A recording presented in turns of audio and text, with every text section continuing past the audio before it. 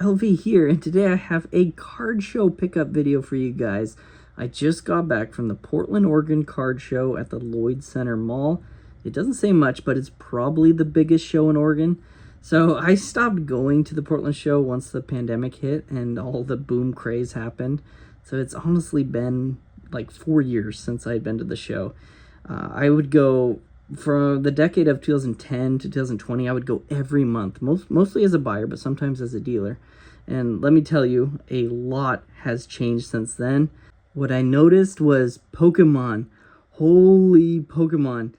It's like it took over the show. I'd say 50 to 60% of the tables were Pokemon compared to 1% maybe when I used to go, which is totally fine. But I wish they would have separated the tables into like a Pokemon section and a sports cards section, or just create a completely separate show dedicated to Pokemon, because I think it just made things congested a little bit.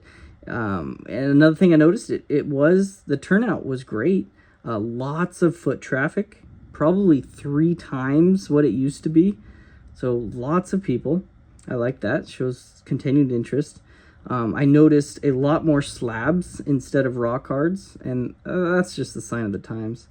I did get to see some OG dealer hobby friends that I used to know and who still had tables at the show, so it was really great to see them. Tom, Eric, Ken, Cameron, if you were watching, great to see you guys. All right, through all of this, I still think I found some awesome deals, some cool raw cards. I'm hoping some are gradable. I was there for 2 hours, focused. I spent $850. I brought $1,000 in cash, and I never dip into a credit card or Venmo or anything. I think that just keeps me in check. I only use the cash I bring. It's surprising I didn't use it all, because usually once I take it out of my bank account, mentally, it's already spent. It's gone. But let's go ahead and get started. I'll tell you the cards that I bought and how much I spent at each table and how I negotiated. And then I'll quickly shut off the camera, figure out which ones are gradable, and I'll flip the camera back on and show you the gradable cards. All right, we're going to start with the first table I actually walked up to. And I'm very glad I did, because it was a new dealer. I think it's his first show.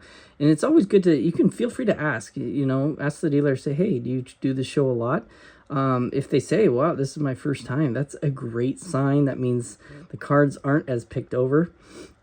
So I was very happy with this one. First buy was $100 at his table. That's the big one. So Joe Montana rookie, 1981 tops. Way off center, I know. But I love clean, crisp cards, and it was so sharp. And the back looked great.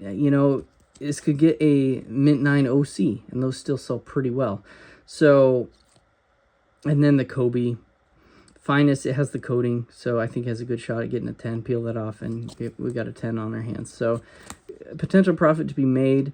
Sticker price is $135. I offered him $100 cash, and he accepted. So that was the first buy. Also at the table, I kept looking, and I got this Devin Hester out of 599. Looks super clean. And this Platinum Gary Payton, and just a row 2 Randy Moss rookie. I got all those for $20. Decent deal, especially if some are gradable. And then he had stacks for, they were like $2 cards, but if you bought 7, you get them for $10. So I bought 14 cards, so $20 for this stack. We got a Ray Lewis rookie, some Brett Favre. It's actually numbered out of 2000. Gus Farrat auto, some gold Emmett. I just thought it was a cool looking clear shots Favre. Morton Anderson, he had a clean 84 cards. This is his rookie year. 84 cards. The instant replay Montana, Hobby Masters, second year Kurt Warner, or older card Derrick Henry. Cool looking card here. Jerry Rice, look at that. Cool. Lenticular look to it. James Lofton rookie, and these 89s looked so fresh. Just factory set fresh. And a Peyton Manning. So $20 for that stack. And then it must have been $20 for the rest of these. Some Gilmore. He still plays for the Cowboys. Potential Hall of Famer. Number 99. Gonzo, and then a Lords of the Diamond refractor. I like the look of these. And then, believe it or not, these box bottoms sell really well. And, you know, they often grade. They have indents, and they often grade a PSA 5 or 6. But this one looked clean, potential 7. I didn't take it out, but I'm intrigued by this card. This could be good value for that one. All right, that was the first table. Next table was a fun one. I love 90s and 2000s refractors and inserts and stuff like that, so I was really happy to find these ones. So, here's a Sean Kemp refractor. I can hear it raining. Good, we needed some rain. He had $10 sticker, and Patrick Ewing Atomic refractor out of Best. This is 97. Anyway, I wasn't thrilled to pay full the sticker, so I just kind of bundled with this card, which I was really excited. I saw it's a PSA 9, which is hard to get on Flair, especially with Legacy. He had a 120 sticker on it, numbered out of 150. I know this is a popular set. And Derek Coleman wasn't bad. He wasn't a scrub, man. He had a pretty good career.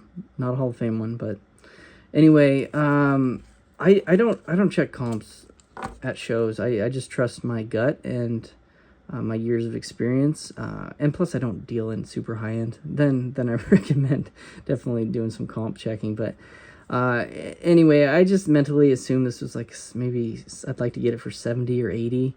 And so what I did, I just offered him $100 for these 3 cards, and he took it. So I was happy with that purchase. And the Ewing looked gradable from what I saw. The next one was a table, an old timer table. He I don't know, he looked maybe 75, but he had some clean 86 fleers. He even had a Jordan 86 fleer that it was just raw, and some guy was flipping around. It's just in a card saver, and it looked like an 8 to me. I just peeked over and looked at it. I don't know what kind of deal he made on the card or anything, but anyway, he had some clean 86s, some Derek Smith, Jim Paxson, Tisdale, or they all looked at least 9s. I kind of cherry picked at least 8s, I'd say. Sparrow, Steve Johnson's a hard one to get in a 9. Anyway, he had old timers are often hard to negotiate with sometimes. He had about $6 on all of them. I wanted to get him for around $5 each. There was about 12 of them, so I offered him 60, and he said no, which I was kind of surprised about. But like I said, old timers. But eventually got him down to $68. $68 for these. I think it's worth it because all it takes is 110 out of these. Well paid for, you know. So $68 on that one. All right, let's do this fun one next. I'm really excited to show you guys. So I got this from my dealer friend Tom. Great guy. Thank you if you watch this. So everything on his table is pretty much 50% off, and it's clean, well organized. Just some cool stuff. And he had these boxes of older WNBA. And I knew a little bit about these cards because I know you can get autographs of Diana Taurasi, Sue Bird, Becky Hammon, and, you know, you get 2 autos per box. And these are pretty rare. I mean, you don't see them very often. They're the 2005 and 2006 Rittenhouse WNBA box. And I think they only made about 5,000 of this one. And this one actually sells for even more that I found out. Later I checked the comps. So like I said, everything on this table is half off. So these were about $150 each. So I'm very happy, and I will show you what they have been relatively selling for. So I'm very happy about that. And I actually like the prospects, the long-term value of, you hear the thunder too, of WNBA cards. You know, there's a saying that a rising tide lifts all boats. And I think that is a good saying for what Caitlin Clark is doing for the WNBA and for their card values, everything. So I can kind of see these older WNBA cards and players going up in the future. So I like these. I probably won't open them. I probably will flip them and just sell them sealed up because I have bad luck opening wax. It's just not worth it. So it looks like they made 8,000 of this one. So anyway, I paid $300 total for both boxes, and I had already created a stack. Threw all these in for free. Some JJ McCarthy, Bijan, Will Levis, Trevor Lawrence, Drew Brees, Cool LeBron, and Jalen Suggs, and a De'Aaron Fox. So I was very happy with that. Spent $300 at that table. Thank you, Dom. All right, the next one was a quick one. I actually spent $100 on these two cards. Seems high, but sometimes you gotta pay up when you see a clean card.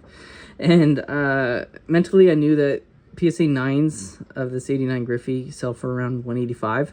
So I asked if I could take it out, and it's okay to ask the dealers if you can look closer and just do the trick where do that. Okay, they don't like when you pinch pull it out. But anyway, I held it up to the light and I saw that it was clean, very clean. It looked like at least a mint 9. Centering probably won't give me a 10, but a mint 9, so it's already kind of worth it. And then I love the look of this James Harden. I did not know they made the My House in acetate form, so it's very cool. Anyway, number 25. I just went ahead and offered 100 cash, and he took it. So happy with that one. Next up, another quick one. Spent $20 on these 3 cards. Steph Curry, he played so well in the USA, so his market kind of jumped up a little bit. And then an older LeBron James kind of insert, prime targets, and then this Shea kind of hyper second year prism. 25 sticker, and I offered 20. So usually my offers are around 20-25% off, give or take. Next up, this one wasn't much off. I had, cash burning a hole in my pocket, so I just threw this $20 at this one. I just had 20 on the Stroud, and the Steph Curry was 3, so I just offered him 20 and took it. I look gradable. I like the look of the dominance there. I think this was a good buy too. 45 for this stack. We got Randy Moss. I didn't even have to negotiate. I just created a stack at his table and asked how much he wanted, and it was fair. Mentally, while he was figuring out what he wanted, I was figuring out what I would spend, and that matched up perfectly. I think I even had it at $50. So anyway, got the Randy Moss, 2 Randy Moss rookies, flares, a white sparkle McCollum. I just like the color match. It just fits with the Blazer uni for the McCollum. Patrick Surtain, he's silver, really good player. Stafford, kind of a short print flashback to 2012. A Curry, a really cool, almost like lenticular Anthony Hardaway card, and this Kyler Murray. I'm not huge into Kyler Murray, meaning I'm not going to go invest $500 or $1,000 on him, but I'll invest $30 or $40. Thought it was a good deal. Graded BGS 9, and it's numbered at 10. So he was kind of around 25 for this card. And I think at 25, it's a buy. I really do. So that was that stack.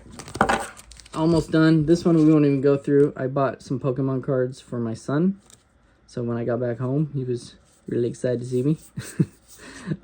Anyway, $12 for the stack. And then this was just like a dollar bin at a table, and I got 11 of them, and he gave it me for $10. I actually think this 88 design throwback retro is a short print, so I just pulled that one. You've got Dirk, and this is a Yao rookie, I believe, 2002. Chris Murray, just a kind of cool looking sweater looking patch. Older Ultra Dirk, older Rodman, some Kawhi. This was actually a really good deal for $1. Jokic and Sengun, and an older Kobe. This is a cool redemption card. I wish it was for LeBron. It's number 2 pick, so it's for Darko. Manuel Quickly, I think he's gonna have a good year, and just an older Rayon. So only $10 for that stack. And finally, we will just do this quick one. A couple 86 Flares Lambeer and a Rolando Blackman. He's always off-centered, the Blackman. And a Kincaid. So just $10 for this stack right here. Okay, now I'll quickly go shut off the camera, go through them, and create stacks of gradable and ungradable. All right, here you go. Here's the end result. They're all clean in their new penny sleeves. These boxes I don't have to do anything with. I'll just sell. Same with the slabs. These are the gradable stacks, more urgent grade, gradable, and ungradable. If you watch my DC Sports videos, this is much better result. Usually the DC Sports videos is about 50-50 ungradable to gradable. It just shows the impact of actually going to a card show and, kind of being able to see the card in person, look at the surface and the corners and centering, everything like that. So I was very pleased with these 86 Fleers. A couple of them look like Gem 10s, the rest mint 9s. I'm very excited to get those graded. Same with the Curry, the LeBron, all these look like 10s. The Ewing look like a 10, that Kemp look like a 10. I'm hoping for a 9 OC on that. The Griffey look like a 9. So these ones I'll get graded right away. Here's the gradable stack. I can get them graded down the road. It just doesn't make complete financial sense to grade them quite yet, some of them. But they look pretty clean. I'm excited to grade them down the road. And eventually in my reveals, you'll see some of these, my future reveals. It's fun to have some nice new cards. And the ungradable stack, I won't probably, you know, maybe sell them on ComC or something like that. Unfortunately, the Stroud, I was actually really surprised on that one. I'll show you. It's got a wrinkle to it. Look at that. You don't see that very often. Right there. So that was a bummer. I obviously didn't check that one out before. That is okay. Other than that, these ones just didn't make the cut. Weren't kind of gradable, but not many. So overall, I think I did pretty well. Let me know. Comment down below how you think I did. I was slightly intimidated because I hadn't been to a show in a while at first, but I think I got in a rhythm. I found my old self, and I was able to kind of calm down and go through each table. I recommend right away taking a brief tour of the all the tables, looking at them briefly, and then you know, circling back as necessary. Don't get focused just on one table at first, and then it's kind of daunting thinking, oh, how am I going to look at each table with this much time as I am at this table. So I hope you enjoyed this video. I'll probably have one of these show videos once a month now, at least. And I always appreciate you watching, and good luck at your local card shows, card shops, and grading, everything. All right, hope everyone's doing well.